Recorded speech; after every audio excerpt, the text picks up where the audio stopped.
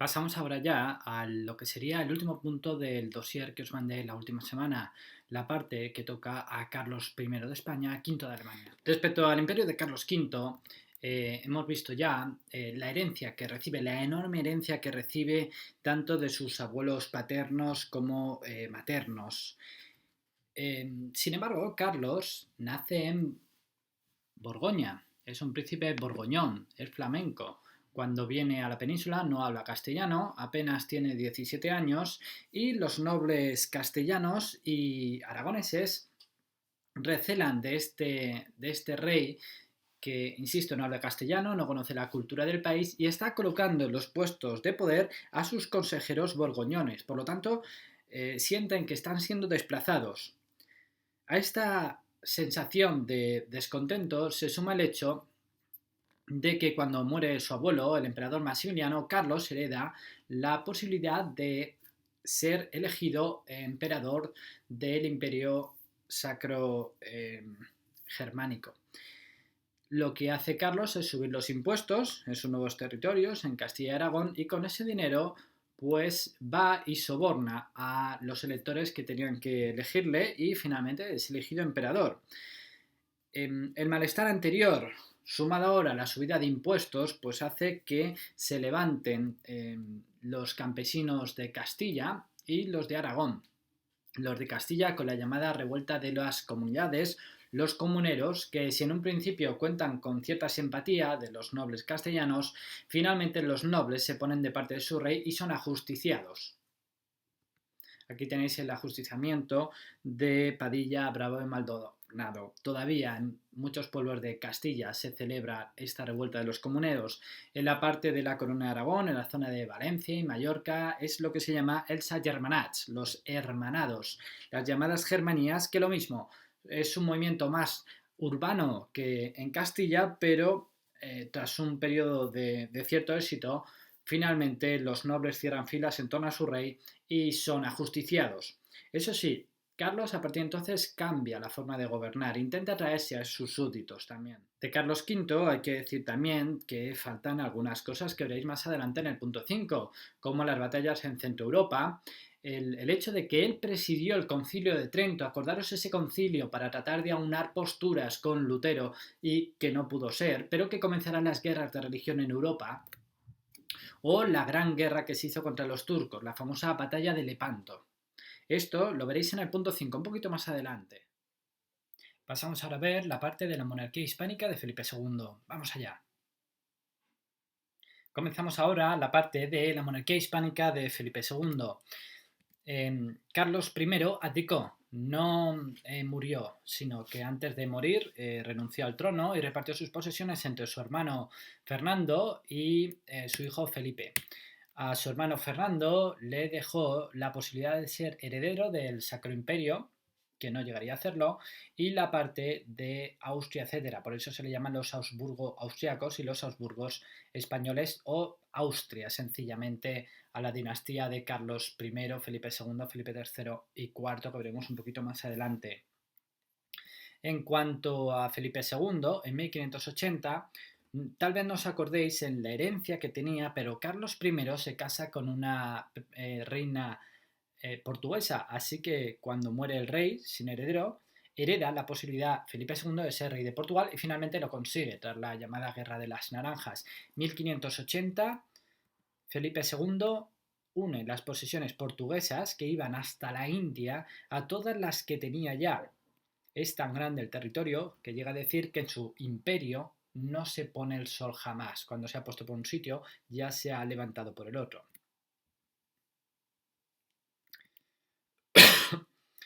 Por lo tanto, el imperio de Felipe II, el más poderoso de su época, la primera vez que fue España, no exactamente España, pero creo que ya me entendéis bien lo que quiero decir, como la primera potencia, el centro del mundo en ese momento.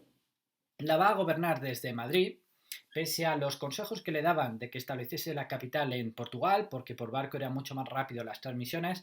No hizo eso, tal vez hubiera cambiado la historia de España, pero en fin, yo os cuento la historia de lo que ha pasado, no de lo que podía haber pasado.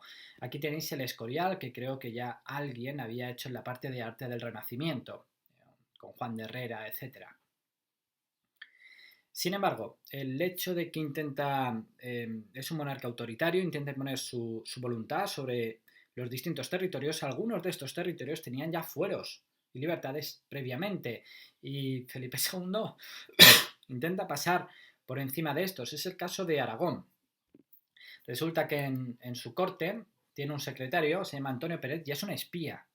Es un espía de Francia, Inglaterra está vendiendo secretos, lo pillan, pero se escapa, y como es aragonés se refugia en Aragón diciendo aquí no me puedes tocar porque tengo fueros y no podemos entregar.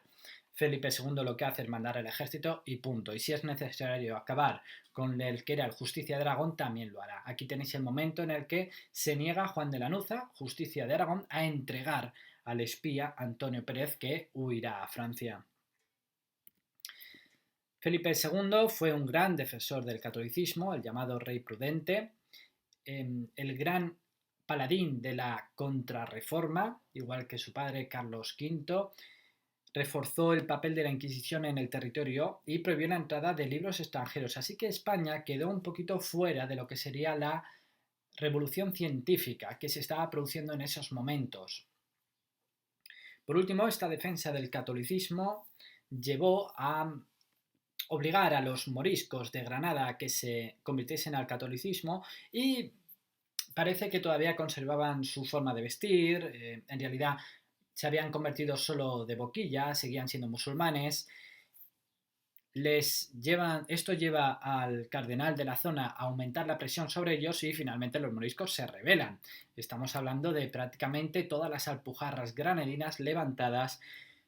Felipe II manda a su medio hermano Juan de Austria a acabar con ellos, vence a los moriscos y los disemina. El castigo es diseminarlos por todos los reinos castellanos. La última parte de la página 181 son los problemas financieros del imperio. Entenderéis que, bueno, no hemos hablado de la política exterior, la hablaremos en el punto 5, pero es muy costosa.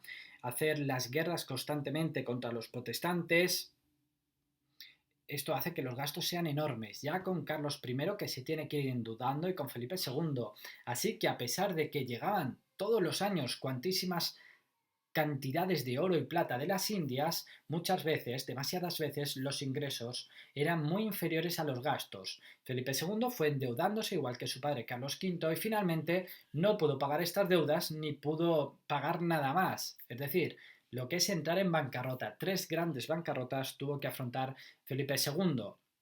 El poeta Francisco de Quevedo, que tal vez lo habéis dado en lengua castellana, lo recogía de esta forma. A pesar de llegar los barcos de América cargados de oro y plata, con ingentes cantidades de oro y plata, decía que la plata nacía en las Indias honrado, donde el mundo le acompaña, viene a morir en España, pero es en Génova enterrado, porque es en Génova donde vivían los deudores a los que había que devolver estos préstamos. Así que, a pesar de llegar esta cantidad enorme de riquezas, no contribuyó a mejorar el país. Galeano, que es un autor actual, resume esto con su lacónico: España tenía la vaca, pero eran otros los que tomaban la leche. La plata y el oro americano sirvió para mejorar la industria de otros países, no de España, por esta situación que os estaba diciendo. En la página 182 y 183 os recoge el mapa mundi de todas las posesiones de lo que fue el Imperio Español. Carlos I y Felipe II son considerados los Austrias mayores, el momento de mayor plenitud del dominio español en todo el mundo. Si bien el imperio de Carlos V tiene territorios en América y norte de África, el hecho de tener que ocuparse de tantos asuntos europeos hace que estén desentendidos. Así que a pesar de que con Carlos I es cuando se produce la conquista de América, como ya vimos con Francisco de Pizarro, con Hernán Cortés, es a lo que menos atención recibe. Con Felipe II adquiere un carácter más oceánico porque, y especialmente cuando hereda también las posesiones portuguesas. Y esto le llevará a un gran enfrentamiento que será contra Inglaterra con la llamada Armada Invencible, porque sus piratas no paran de hostigar a los barcos comerciantes españoles y portugueses. Los grandes conflictos a los que tendrá que hacer frente Felipe II es Inglaterra, la piratería inglesa y Flandes. De todo esto os hablaré en el punto 5, no esta semana, sino en la siguiente.